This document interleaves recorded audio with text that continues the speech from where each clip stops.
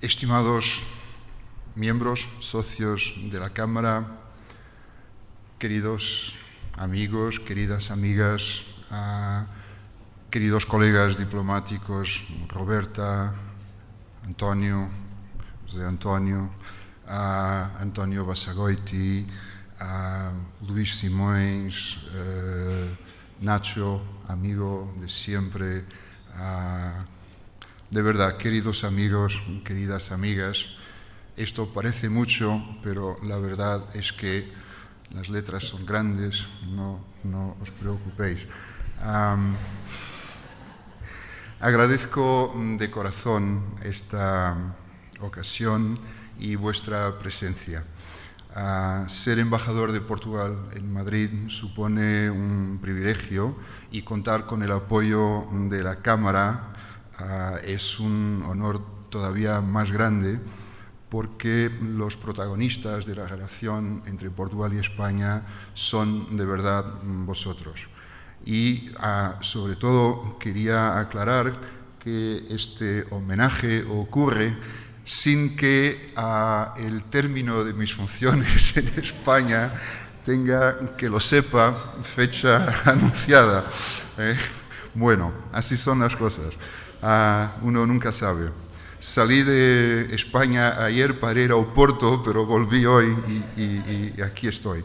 Una palabra especial para la Cámara por su liderazgo en la persona de Antonio, de sus colegas de dirección, por vuestra visión, por el trabajo de todo el equipo, por la ilusión con que os habéis volcado en el desarrollo permanente de esta relación entre países vecinos y amigos, y por representar una comunidad dinámica en movimiento que quiere explorar nuevos caminos.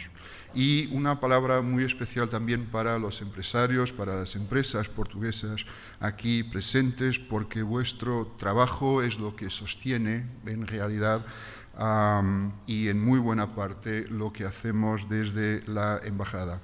Y hablar de las relaciones hispano-lusas, hacer un repaso que nos pareció una buena idea en esta ocasión, no sería posible sin evocar pues mis predecesores inmediatos aquí. Han sido 5, creo, este siglo. Y quería también agradecer, desde luego, el trabajo de los colaboradores de la Embajada. Están aquí Carlos Costaneves, el ministro consejero, Carmen, que ha llegado recién incorporada, Isabel, recién incorporada. Quería también evocar a 2 amigos, a João Pedro Antunes, que se marchó hace 2 años, Eduardo Enríquez. Quería agradecer también la presencia de Pedro y de nuestro agregado de defensa y de nuestro agregado como oficial de enlace aquí. Creo que todos los de la Embajada nos sentimos de alguna manera como si estuviéramos recibiendo una especie de Oscar, el Oscar de la Cámara y el Oscar de vuestro reconocimiento, que es lo más importante para nosotros, y pues esta es una deuda con que me voy a quedar para siempre, porque no tengo manera de pagarla. Lo que puedo sí intentar es hacer un breve repaso de lo que ha sido la relación entre Portugal y España a lo largo de este siglo. Más allá de ser un reto en sí mismo, porque hay que tener la capacidad de resumir todo esto, lo que quería señalar es que España es central para la política exterior portuguesa. Esto lo ha sido reiterado en Portugal hace un par de semanas por nuestro ministro de Exteriores, y por mi parte soy también desde aquí, en cuanto embajador, testigo del papel que Portugal ocupa en el mapa de la diplomacia española. Sin tomar demasiado tiempo, diría que es posible hacer un repaso y un recorrido histórico diplomático de lo que ha sido esta relación desde el 2000. En esa época, Portugal y España vivían bien, en normalidad bilateral, con crecimiento económico, con estabilidad política. Había una muy buena relación entre jefes de Estado, entre Su Majestad el Rey Don Juan Carlos, el presidente Jorge Sampaio, como antes con su predecesor Mário Soares, con buenísimas relaciones personales entre jefes de gobierno. Estamos hablando en esa época de José María Aznar y de António Guterres. Los dos países disfrutaban de los programas de apoyo económico al desarrollo de la Unión Europea. Estamos hablando de los planes Delors 1, 2, de la Agenda 2000 y nuestro estatuto de miembros de la Unión Europea ha reforzado también nuestra proyección internacional. Desde la Unión Europea ha sido posible crear, por ejemplo, Portugal y España, relaciones privilegiadas, esas relaciones estratégicas con países como Brasil, como México, y todos somos conscientes de eso. Y estuvimos también en el núcleo de países que respaldaron la ampliación de la Unión Europea.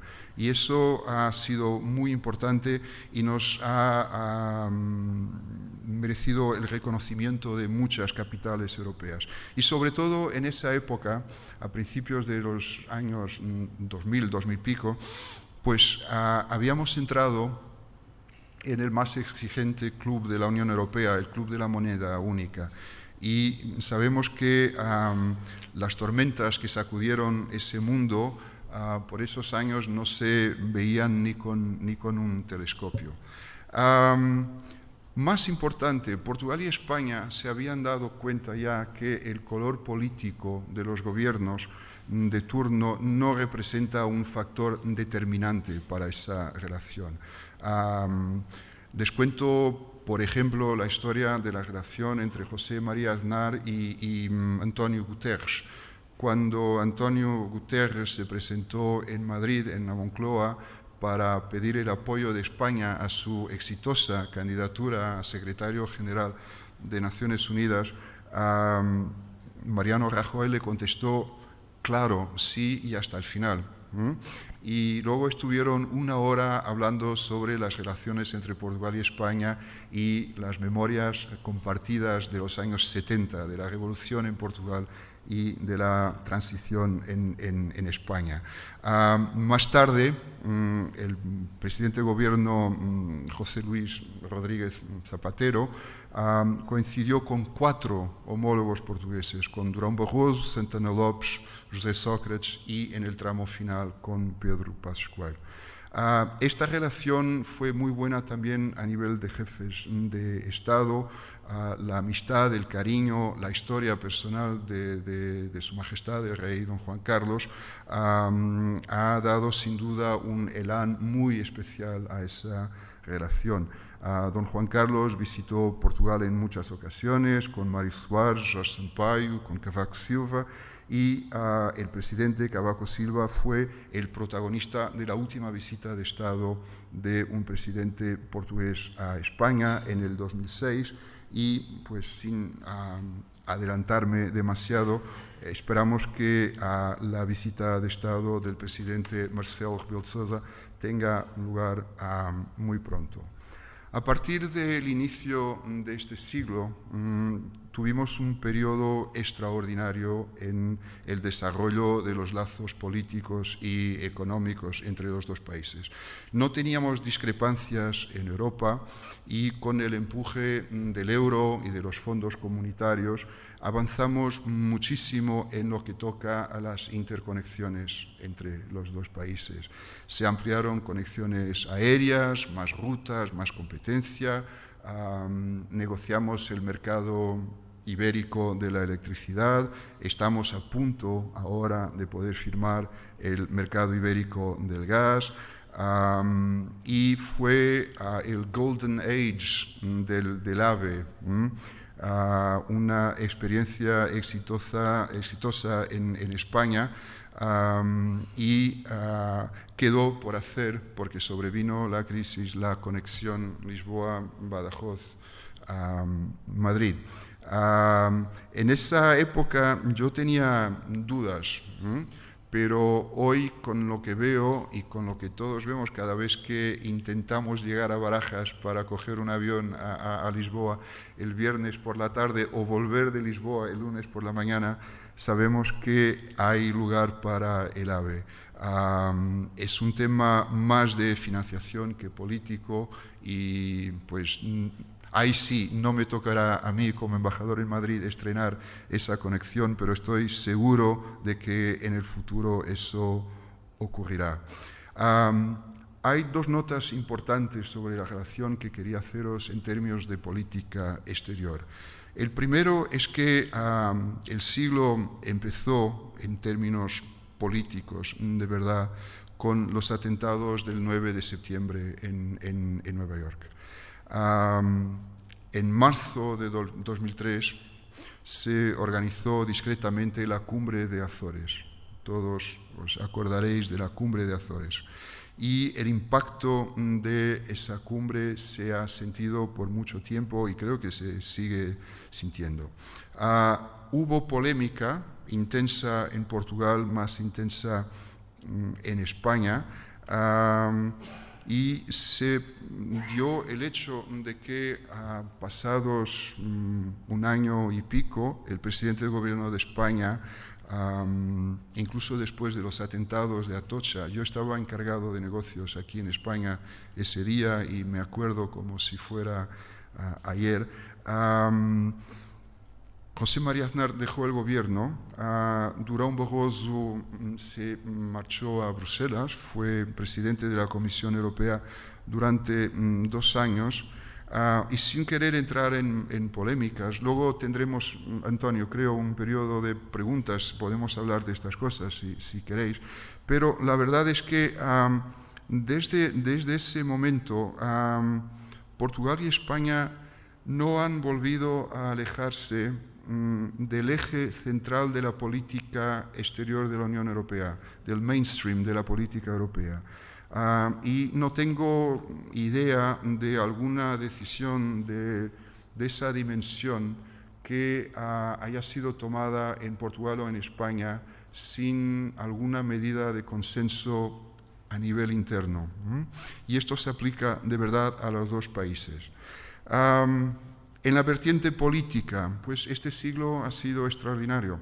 Hemos trabajado en la parte bilateral, hemos profundizado la cooperación en temas de soberanía, en política exterior, en justicia, en la lucha contra el terrorismo, primero con ETA, ahora con el terrorismo de inspiración yihadista, en defensa, en términos militares. Portugal y España han trabajado juntos en operaciones tan complejas como la de Irak.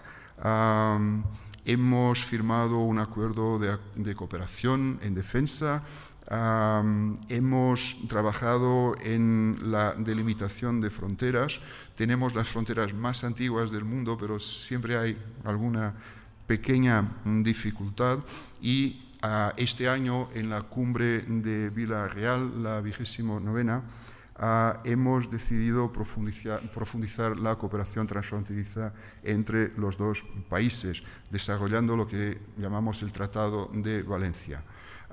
Hemos trabajado también en otros temas, hemos trabajado en medio ambiente.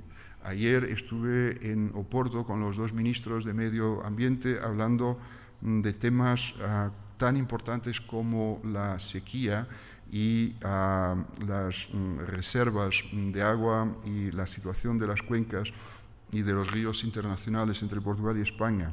Hemos trabajado en energía, en fomento, en agricultura, en ciencia, innovación, en educación, en turismo y el reto sigue siendo aquí el de lograr seguir el ritmo de las sociedades civiles, de vosotros, porque son sociedades civiles interesadas y capaces de entenderse con enorme facilidad.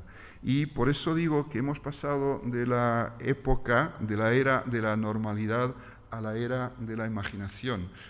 El reto es el de saber qué más podemos hacer en conjunto, buscando intereses, buscando metas compartidas. Hace unos 20 años nadie diría que estaríamos trabajando en conjunto en temas como energías renovables o en satélites y investigación espacial. Y esto es una realidad. En segundo lugar, y es un tema de que podemos hablar también de manera muy abierta, nuestra relación es suficientemente sólida y estrecha como que para poder enfrentar discrepancias ocasionales como siempre existen entre países vecinos. ¿Os acordáis de la polémica en torno de la construcción del almacén temporal en Almaraz? Pues eso lo hemos resuelto y estamos hablando con España de temas tan importantes como el mix energético y el futuro de las distintas formas de generar energía, incluyendo lo nuclear aquí en España. Y siempre encontramos puntos de entendimiento. El otro tema importante ha sido la crisis financiera y luego económica. Esto ha tenido un impacto inmenso en los dos países y también en la relación entre Lisboa y Madrid. Para situarnos en el 2008 y después, y tras primeras legislaturas de muy fuerte cooperación, los gobiernos de José Luis Zapatero y José Sócrates enfrentaron las crisis que bien conocemos. La posición portuguesa era más frágil económicamente hablando que la española, terminó con un rescate en toda regla y seguramente más exigente que el rescate bancario aquí en España. Pero hay un pequeño problema, hay una duda aquí. Nosotros tenemos cumbres anuales y la verdad es que entre el 2009 y el 2012 no hubo cumbres bilaterales. De alguna manera esto ha dado la impresión de que hubo por esa época algún alejamiento entre Lisboa y Madrid. Nunca sabremos de verdad si un eje ibérico hubiera sido más eficaz en nuestra negociación con Europa y con las instituciones financieras internacionales.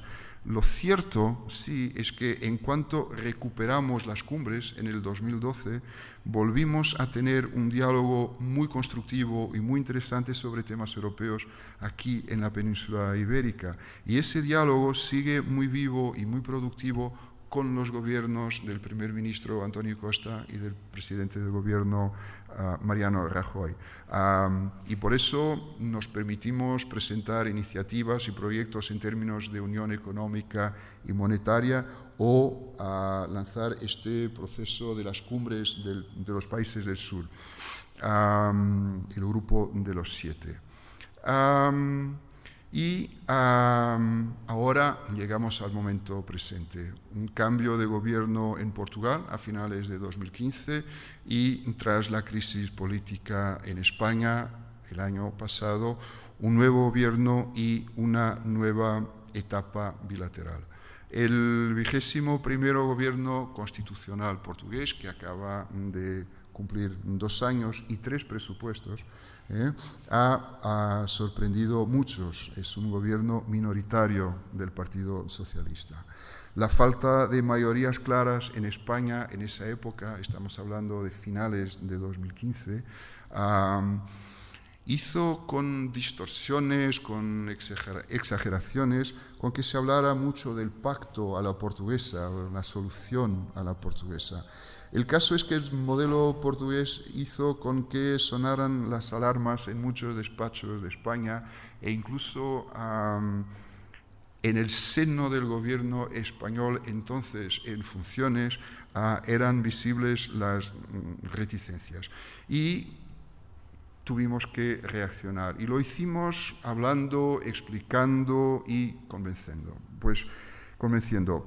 Hemos contado con el instinto político, con el acierto de figuras como el primer ministro y como el presidente de la República, que desde el primer minuto entendieron que era muy importante dedicarse a la relación con España. Antonio Costa buscó a Mariano Rajoy en los consejos europeos. En septiembre del año pasado cenó con Mariano Rajoy en Oporto, en el Palacio de la Bolsa. Estábamos inaugurando una importante colección de Miró en el Museo de Serralves, que seguro conocéis. Fue una cena muy amistosa, duró casi 3 horas. Luego tuvimos la visita de Estado de los Reyes a Portugal, se cumple ahora 1 año. Esto es de suma importancia porque en esa época, si os acordáis, la agenda internacional de la corona estaba casi parada por el tema de la crisis en España y la ausencia de un gobierno nombrado.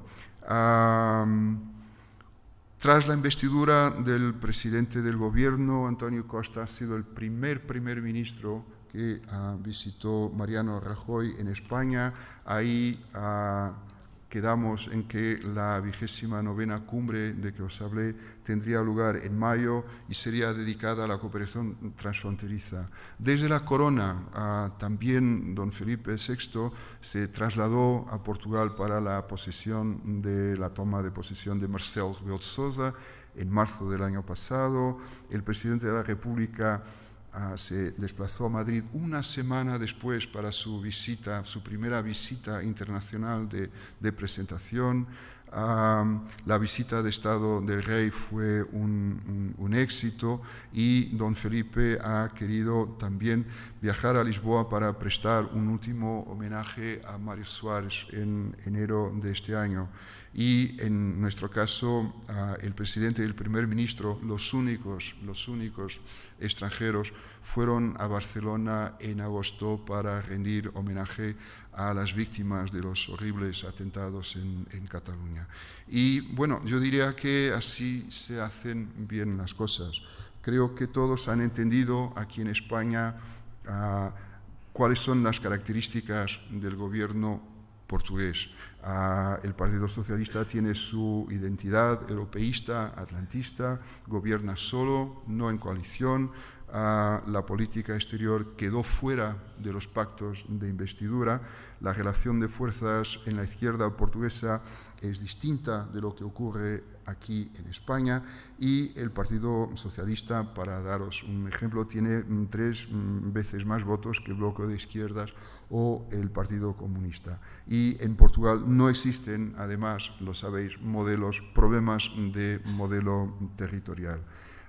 Por cierto, Portugal siempre ha dejado muy clara su posición sobre la cuestión catalana y el gobierno ha producido 3 declaraciones formales desde la consulta inconstitucional del 1 de octubre. Más para la Cámara ahora, las relaciones económicas y el potente desarrollo que han conocido a lo largo de las últimas décadas. Si empezamos a principios de la década de 60, España representaba el 1% de nuestro comercio exterior. En el 85, año de la firma de los 2 tratados de adhesión, España era el 5º suministrador de Portugal, el 6º cliente. En el 2000 era ya el primer suministrador y disputaba con Alemania el primer lugar como cliente. Por esa época, Portugal era ya un destino más importante para el comercio exterior de España que toda América Latina en su conjunto.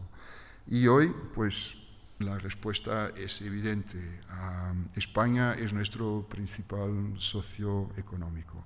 Estamos hablando de más del 26% de nuestras exportaciones de bienes, 30% de nuestras importaciones de bienes y servicios.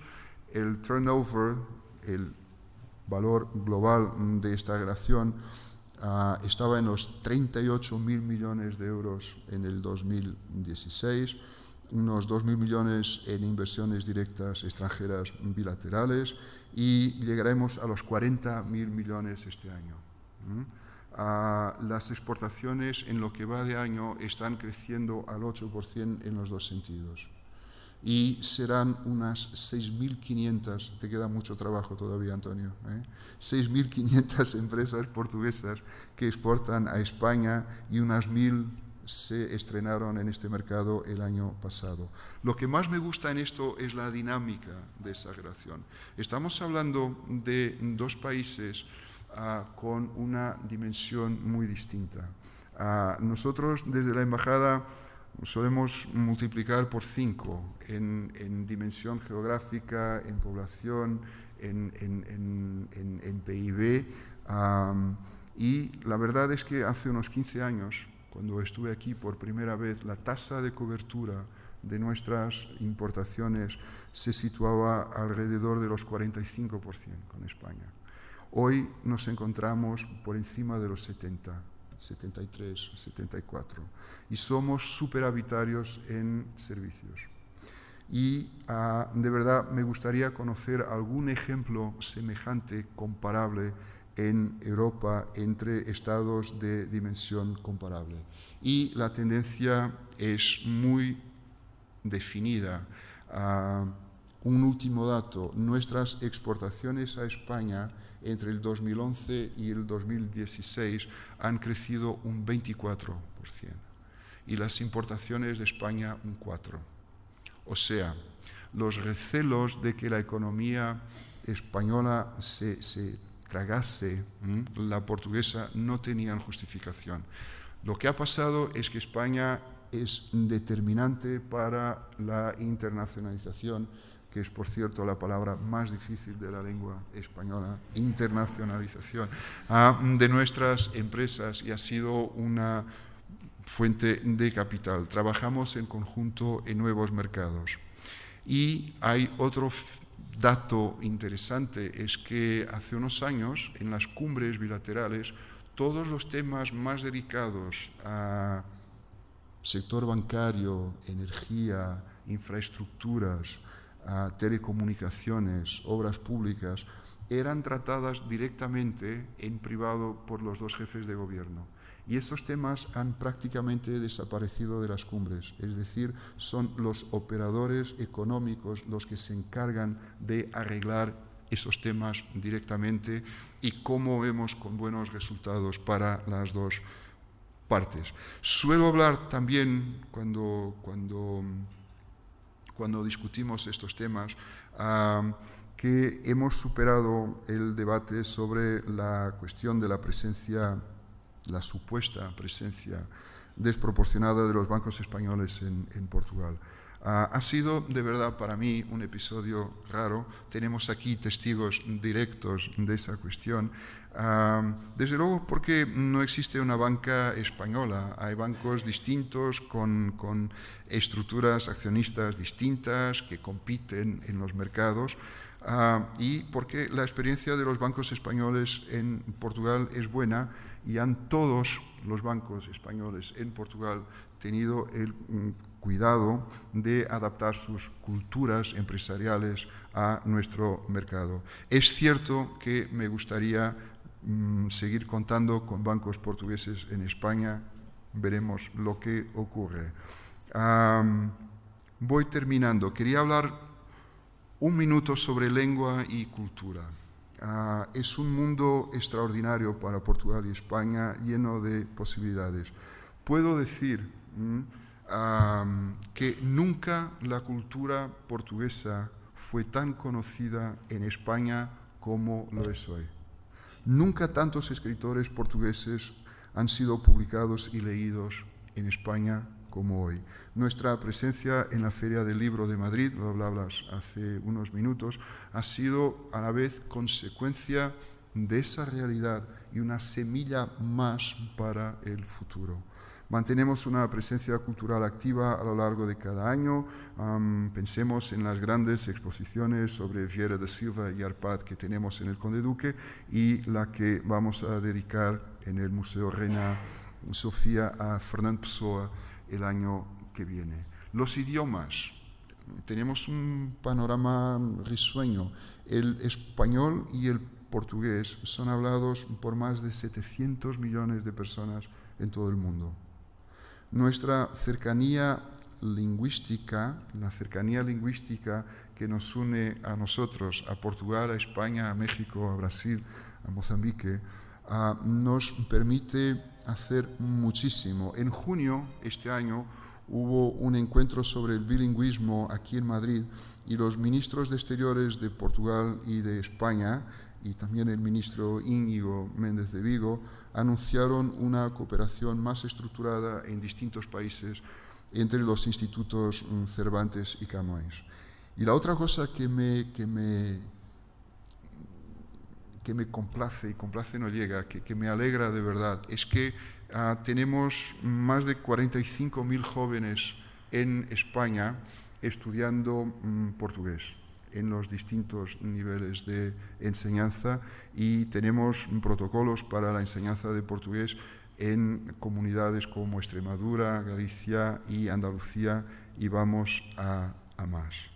Y con esto llego al final. Yo diría que mirando hacia atrás, pero sobre todo mirando hacia adelante, la cuestión entre Portugal y España no es una cuestión de integración, es una cuestión de comprender las ventajas de la complementariedad entre Portugal y España.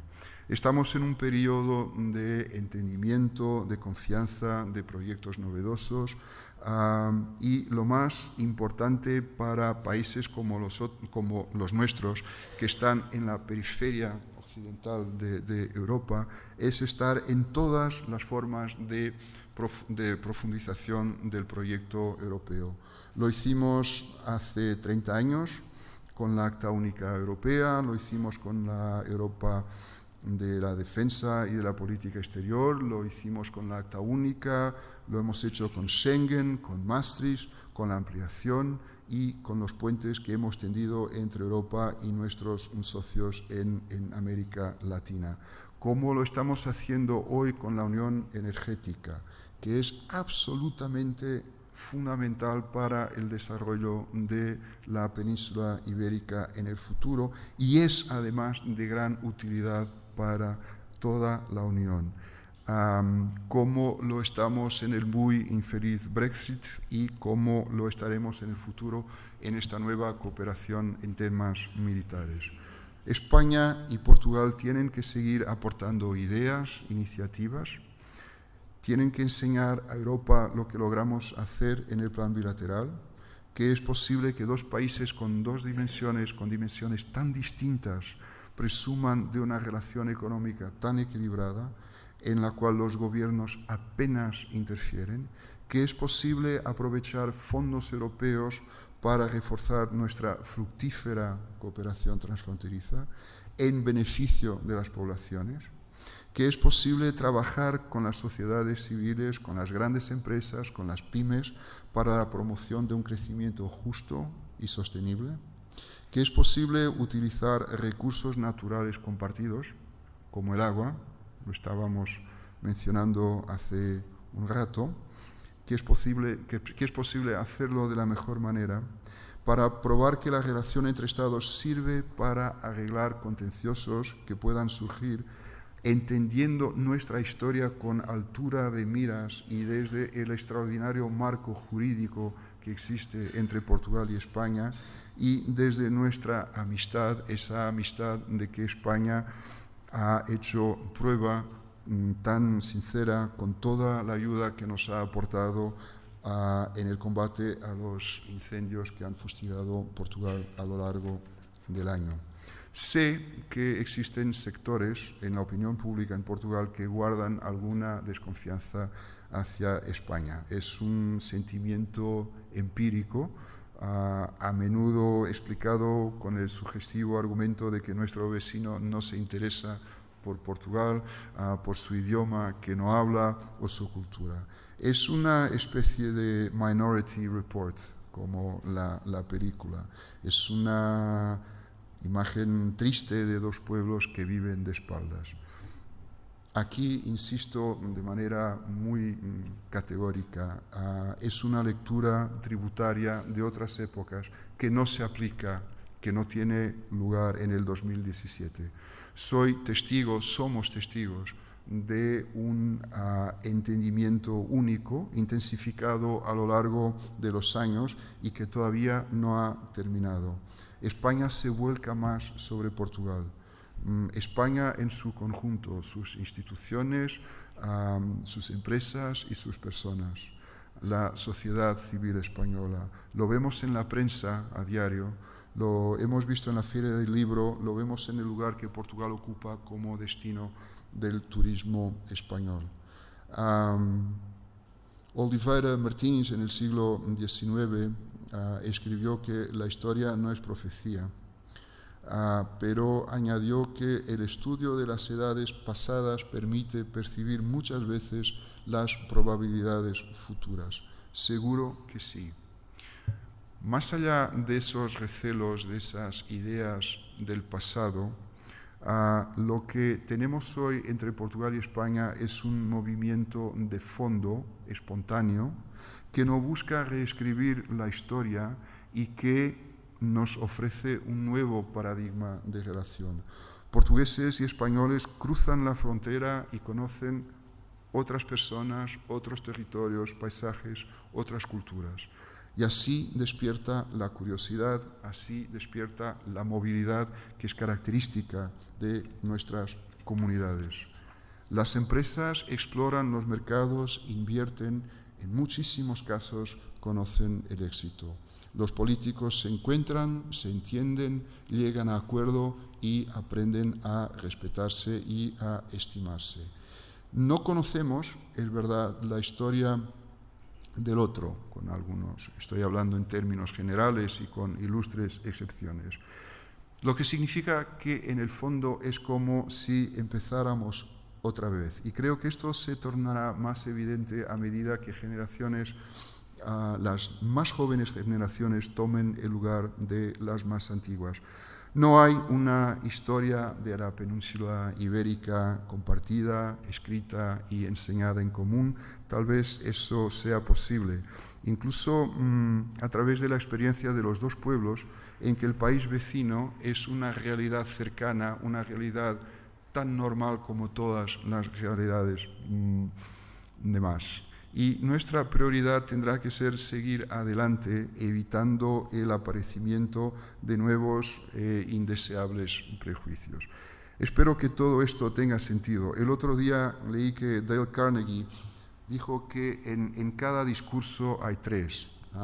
Hay el discurso que uno ha preparado y entrenado, hay el que en realidad hemos hecho y el que nos hubiera gustado hacer. Yo creo que estoy entre el segundo y el tercero y os agradezco vuestra atención y una vez más, Antonio, todos los miembros de la Cámara, todos vosotros, muchas gracias por haber estado aquí hoy conmigo. Gracias. Gracias.